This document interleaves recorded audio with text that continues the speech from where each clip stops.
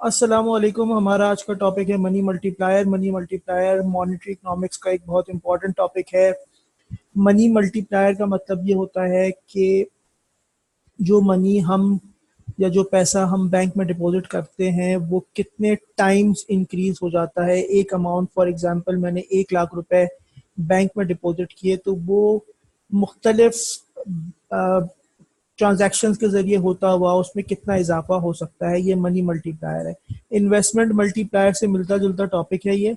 और यहाँ वहाँ पर हम इन्वेस्टमेंट की बात कर रहे होते हैं कि इन्वेस्टमेंट कितने टाइम हमारी इंक्रीज होती है। यहाँ पर हम मनी सप्लाई की बात कर रहे होते हैं कि हमारी मनी सप्लाई जो है वो कितने टाइम्स इंक्रीज हो जाती है।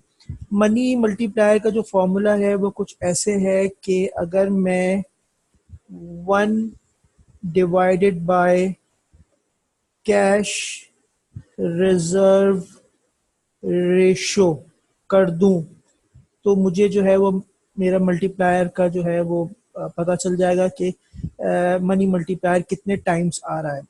अब यहाँ पर एक टर्म यूज हो रही है, cash reserve ratio. Cash reserve ratio का मतलब ये होता है कि जब भी हम कोई अमाउंट बैंक में डिपॉजिट करते हैं तो बैंक सेंट्रल बैंक की एडवाइस पर उस अमाउंट का एक सर्टेन परसेंटेज या सर्टेन रेशियो अपने पास सेव कर लेता है और बाकी अमाउंट जो है वो फिर आगे लैंड कर देता है।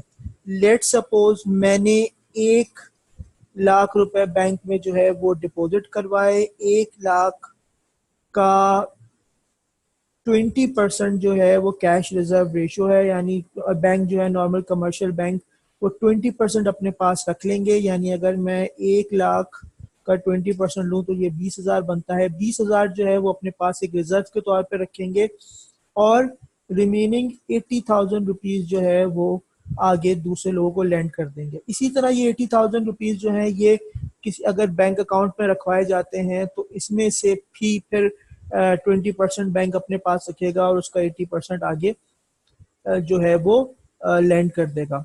तो कैश रिजर्व रेशियो क्या होता है? बेसिकली स्टेट बैंक की तरफ से एक परसेंटेज दी जाती है या एक रेट दिया जाता है कमर्शियल बैंक को कि वो इतनी अमाउंट हमेशा हर डिपॉजिट में से अपने पास जो है वो रख लें, बाकी जो है वो आगे लैंड कर दें। ये कैश रिजर्व रेशो ये कैश रिजर्व रेशो जितना भी हायर होगा, higher the cash reserve ratio,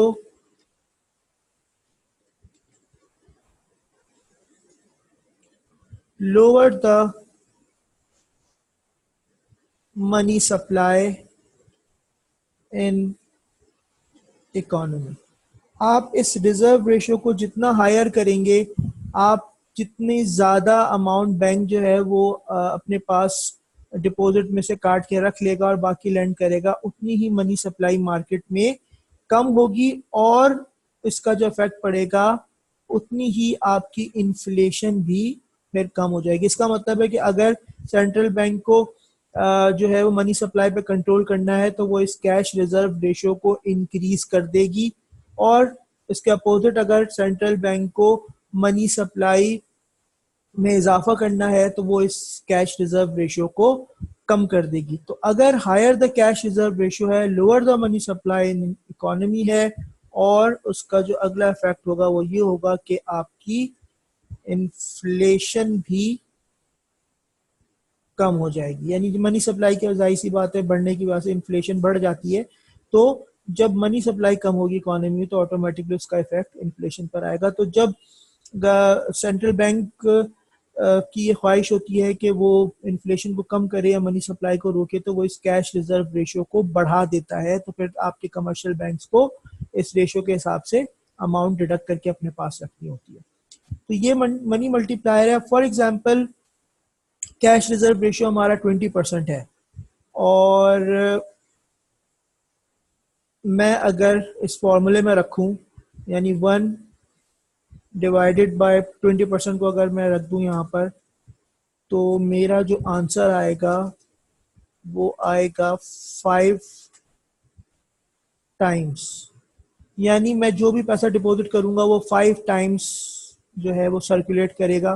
5 गुना उसमें इजाफा होगा। लेट सपोज अगर मैं ये 1 लाख रुपए डिपॉजिट कर रहा हूँ तो ये 5 टाइम्स बढ़ के 5 लाख रुपए हो जाएंगे। इसका बिल्कुल वैसे ही कंसेप्ट है जो हम इन्वेस्टमेंट मल्टीप्लायर में यूज़ करते हैं। इन्वेस्टमेंट मल्टीप्लायर में हम जो भी हमारी इन्वेस्टमेंट होती है उसको एमपीसी या मार्जिनल प्रोपेंसिटी टू कंज्यूम से मल्टीप्लाई करते हैं और उसको फिर आगे अपनी एडिशनल इनकम में ऐड कर रहे होते हैं। बिल्कुल सेम कंसेप्ट मनी मल्टीप्लायर में भी हम इस्तेमाल कर रहे होते हैं। तो ये एक छोटी सी कहानी है मॉनेटरी इकोनॉमिक्स में मनी मल्टीप्लायर की। आई होप आपको समझ आई होगी। अगर हमारा ये वीडियो आपको पसंद आया हो तो हमारे इस यूट्यूब चैनल को आप सब्सक्राइब भी करें और इस वीडियो को शेयर भी करें, और उसके अलावा जो बेल आइकन आपको नज़र आ रहा है उस पर आप क्लिक करें ताकि आपको जो भी हमारा नया वीडियो आए कॉमर्स से रिलेटेड, इकोनॉमिक्स, अकाउंटिंग जिससे भी रिलेटेड, तो वो आपको फ़ौरन मिल जाए। बहुत बहुत शुक्रिया। अल्लाह हाफ़िज़।